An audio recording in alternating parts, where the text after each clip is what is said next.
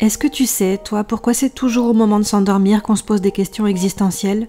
Là tout de suite, je suis en train de me demander pourquoi il n'y a qu'une seule lettre de différence entre le mot adopter et le mot adapter.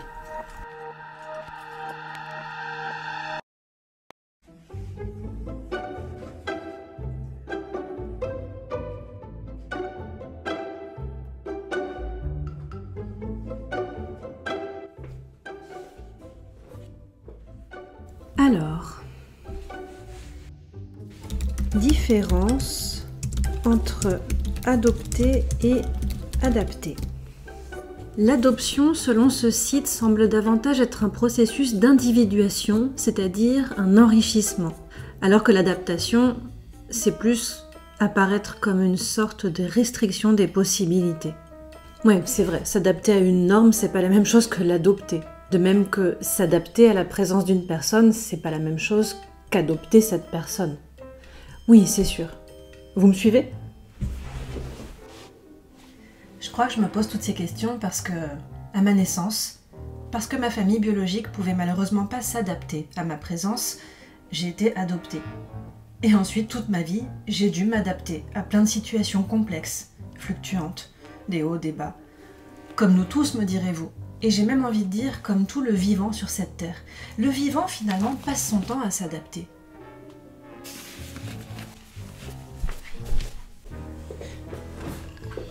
Mais alors du coup, s'adapter, ça veut dire quoi exactement?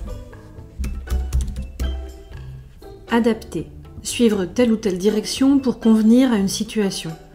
Suivre tel ou tel comportement pour être en accord avec son milieu. Ou encore se mettre en harmonie avec les circonstances. S'acclimater, s'habituer, s'accorder. Mais du coup, avec quoi s'harmoniser quand la situation est super cacophonique? Comment s'accorder quand tout est dissonant? Et s'acclimater à quel type de météo quand chaque jour est un vrai dépaysement? Et quelle direction suivre quand tout n'est que fluctuation? Si je me pose toutes ces questions, c'est parce que depuis des mois, j'ai vraiment l'impression d'être dans le tambour d'une machine à laver. Ah bah tiens, le tambour d'une machine à laver, c'est justement comme ça que j'appelle la roue de fortune dans le tarot de Marseille que je pratique. Des hauts, des bas, des paliers. Ça s'arrête quand en fait? Ça se stabilise quand? Ça s'équilibre quand? Souvent je dis à mes consultants, rappelez-vous que tout équilibre se trouve en passant par une phase de déséquilibre. Ouais, d'accord. Bon, je dis aussi qu'en carte conseil, la roue de fortune, c'est savoir lâcher prise, être jovial, authentique, spontané, profiter de l'instant, être léger, savoir improviser et savoir s'adapter aussi. Je me rends compte que de vous parler de la roue de fortune comme ça me fait penser à la formation que j'avais faite il y a quelques années de clown. Ouais, je voulais être clown à l'hôpital. Notre professeur, notre papa clown comme j'aimais l'appeler, nous disait toujours « Accepte, lâche prise, dis oui à la proposition de l'autre dans ton duo sur scène. Tu verras bien ce que ça donne. On est là pour s'amuser, c'est fun. » Bon, ouais, c'était rigolo, mais c'était du clown en même temps. Mais je crois que ça m'a vachement marqué et que j'ai essayé de mettre un petit peu de ça chaque jour dans ma vie.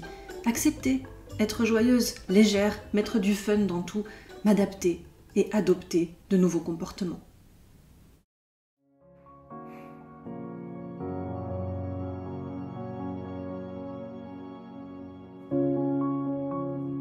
Alors voir la vie comme ça au quotidien, ouais, c'est marrant un moment. Mais force est de constater qu'on n'y arrive pas tous tout le temps, hein. On est d'accord. Ces derniers mois, de mon côté, j'ai bien du mal à être si légère. Notamment devant l'état de santé de mon mari qui se dégrade, devant le manque de ma famille chilienne rencontrée en octobre 2023, devant les actualités de ce monde qui marche sur la tête, devant le déclin à petit feu de notre système de santé et le fait qu'on trouve personne à notre domicile pour accompagner mon mari au quotidien.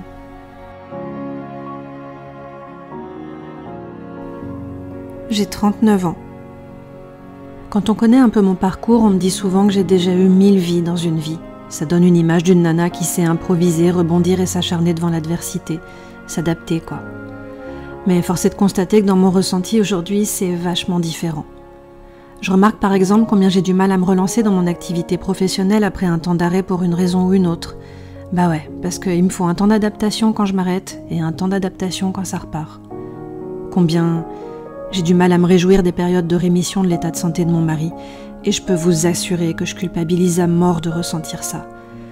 Mais je sais que ces périodes sont si éphémères qu'après le beau temps revient toujours l'orage. Et oui, il me faut là aussi un temps d'adaptation pour accompagner la maladie qui s'aggrave, tout comme il me faut un temps d'adaptation quand mon mari semble aller mieux. Mais les timings sont généralement par accord entre mon rythme et celui des événements. Je vois aussi combien j'ai du mal à m'adapter aux nouveaux auxiliaires de vie de mon mari, peut-être parce que là aussi je sais que la plupart ne restent pas. Pour ceux qui restent longtemps, par contre, j'ai complètement su les adopter. Là, on parle même plus d'adaptation. Au milieu de tout ça, je vois bien que j'ai aussi du mal à m'adapter à de nouvelles routines de vie, de nouvelles disciplines, de nouvelles habitudes. Peut-être que c'est parce que, comme je le disais tout à l'heure, l'adaptation c'est une forme de contrainte. Ça nous oblige à rentrer dans un moule, dans une norme. Faut se conformer. Et je crois bien que le petit électron libre que je suis n'a jamais trop apprécié ça. Peut-être parce que je sais que l'adaptation demande une forme de renoncement. Et ça me laisse ressentir aussi qu'il n'y aurait peut-être pas d'autre alternative. Je crois qu'au final, parvenir à s'adapter sans que ce soit une souffrance, c'est à chaque fois adopter un nouvel état d'esprit face aux situations. Avec ces petites expressions, un moindre mal, voir le verre à moitié plein, voir le bon côté des choses. Et surtout avoir confiance. Avoir confiance que, en essayant de faire l'exercice de l'adaptation quotidiennement face à telle ou telle situation, on finira petit à petit par changer nos comportements. Et puis, avoir cette sagesse aussi, de se dire que parfois, il est préférable d'essayer de s'adapter à une situation, même si elle ne nous convient pas à 100%, plutôt que de se battre, de s'acharner, de lutter contre des moulins à vent au risque de s'épuiser.